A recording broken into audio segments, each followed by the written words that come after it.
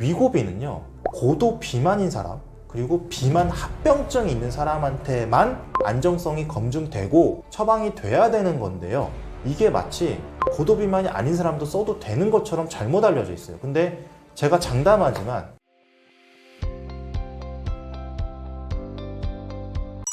다이어트 약 먹어도 좋을까요? 위고비, 싹센다 굉장히 좋은 약들이죠. 위고비 같은 경우에는 이제 글루카곤 라이크 펩타이드 1, 이제 GLP-1.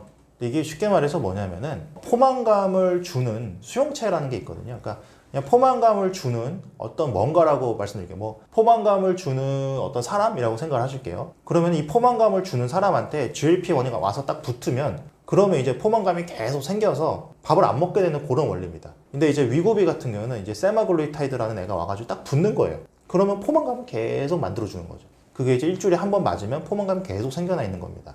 근데 이제 생각을 해보시면 이게 인위적으로 하는 거잖아요. 우리 몸의 모든 건 다 이유가 있는데 이제 포만감이 계속 안 나오고 일정 시간 지나면 원래 떨어지게 돼 있거든요. 근데 이거를 억지로 연구를 해가지고 안 떨어지는 애를 만들어서 붙여놓는 거예요.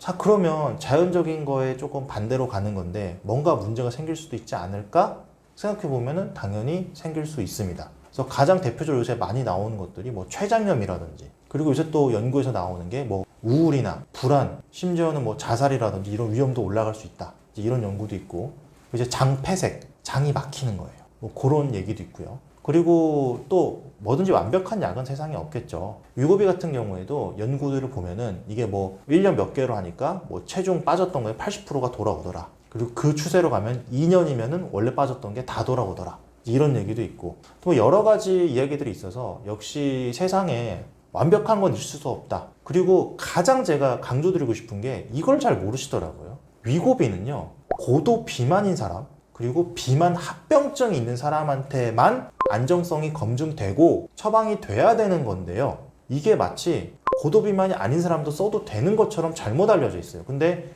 제가 장담하지만 현재 위고비 쓰고 있는 분들 90% 이상 고도 비만 절대 아닙니다.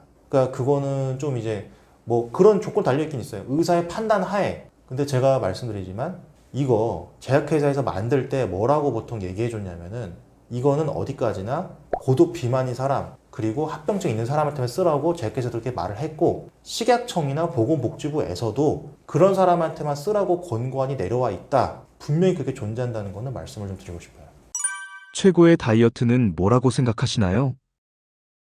제가 생각했을 때 역시 최고의 다이어트는 지속 가능한 다이어트, 그게 최고고, 지속 가능성이 없다면 사실 아무 소용이 없는 거예요. 소용이 있는 경우가 있습니다. 당장 내일 모레 웨딩 촬영 하셔야 되면은, 결혼식 하셔야 되면은 당장 빼는 게 급하겠죠. 왜냐하면 결혼 평생에 한 번 할 건데 얼마나 중요한 자리예요. 그런데 하셔야 되는데, 그런 거 말고 내가 다이어트를 좀 제대로 해서 건강도 찾고 오래 유지하고 싶다면 역시 지속 가능성이 가장 중요합니다. 정말 열심히 노력했는데 살이 안 빠진다면 왜 그런가요? 이게 정말 무노력이 안 되는 분들이 있긴 있습니다. 정말 이분들은 정말 힘들긴 해요. 저는 이거를 난치성 비만이라고 부릅니다. 경우가 세 가지가 있는데, 첫 번째는 웨이트 사이클링이라고 하는 거거든요. 이분들은 뭐냐면 살을 뺐다가 쪘다가 근데 찔 때 더 찌거든요.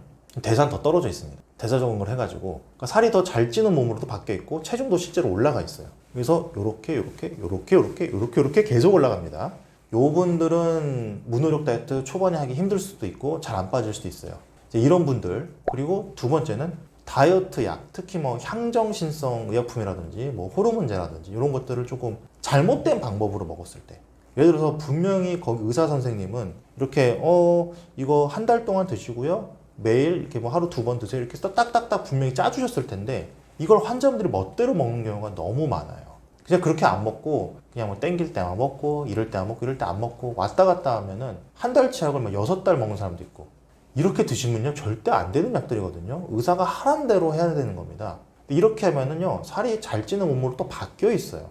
굉장히 안 좋습니다. 그리고 또 세 번째, 살이 찌는 병도 있고요, 뭔가 병을 치료하려고 약을 먹었는데 그 약이 살찌게 하는 경우도 있어요. 질환의 예를 들자면 갑상선 기능 저하증이라든지 아니면 갑상선 항진증 때문에 갑상선 전절제를 했다든지 이런 경우도 좀 살이 많이 찔 수 있고요. 또 수면제 같은 경우, 가끔 이런 분들 아마 들어보셨을 거예요. 수면제를 먹고 나서 기억이 안 나는데 자기 전에 자꾸 본인이 뭔가 먹고 잡니다. 그러니까 냉장고 문을 열려 있거나 뭔가 음식이 나중에 내가 기억이 안 나. 기억이 나긴 하는데 그때 조절이 안 된다거나 이제 이런 식으로 여러 가지 살찔 수 있기 때문에 이런 경우에도 조금 무노력으로 안 될 수 있다. 이 세 가지는요 사실 어떤 걸로 하든 잘 안 될 거예요. 그래서 이 세 가지 경우는 무노력 다이어트를 하시는 게 분명히 도움이 되긴 되는데 이런 분들은 약간 의료인의 도움을 좀 받아야 될 수도 있다. 같이 받아야 될 수도 있다. 이렇게 말씀드리고 싶어요. 기억에 남는 환자분이 있으신가요? 가장 기억나는 환자분이 이게 다이어트가 체중이 빠지는 거라고 생각하시기 쉬운데 다이어트가 인생이 바뀌는 겁니다. 정말 완전히 인생이 너무 많이 바뀌어요. 가장 기억나는 경우가 여자 환자분이었는데 이분이 90 정도로 오셨단 말이죠. 근데 이분이 원래 젊으셨을 때는 60 몇이었고 키도 크세요. 170 몇이고 원래 운동을 좀 하셨던 분이에요. 근데 이제 운동을 어렸을 때 하시던 분들이 간혹 먹는 양은 그대로이고 이제 뭐 그러다 보니까 살이 좀 많이 찌는 경우가 있는데 요분 같은 경우에는 저한테 오셨을 때 너무 우울해 보이셨어요. 그래서 실제로 제가 이제 뭐 맥을 짚거나 해도 약간 화병에 가까운 사람 그렇게 파악을 했고 그리고 사실 아기들을 같이 데리고 오셨는데 딸 하나 아들 하나였거든요. 둘 다 초등학생 저학년이었고 근데 처음에 왔을 때는 아기들이 대기실에 앉아 있는데 되게 좀 표정이 좀 안 좋았어요. 약간 침울해 보이고 뭐 어머님도 사실은 표정 너무 안 좋아 보이셨고 근데 이 어머님이 살을 90에서 60 이하로 뺐습니다. 그래서 58까지 뺐는데 표정이 너무 좋아졌어요. 표정이 너무 좋아지고 삶에 의욕이 난다고 하고 심지어 그분이 사업까지 시작했습니다. 근데 제가 가장 기분이 좋았던 거는 어머님도 어머님이지만 애들이 다른 애들이 됐더라고요. 애들이 너무 밝아졌어요. 애들이 너무 밝아져가지고 약간 침울해 있던 애들이 거기서 이렇게 저희 그 그림 그리는 거 주거든요. 그림도 막 열심히 그리면서 선생님 이거 보면 이거 보자면서 막 보여주고 막 말도 걸고 너무 밝아진 거예요. 그래서 어머님도 이렇게 말씀하시더라고요. 뭔가 의욕이 생기고 내가 사업까지 시작을 하게 됐고 돈도 많이 벌게 됐다.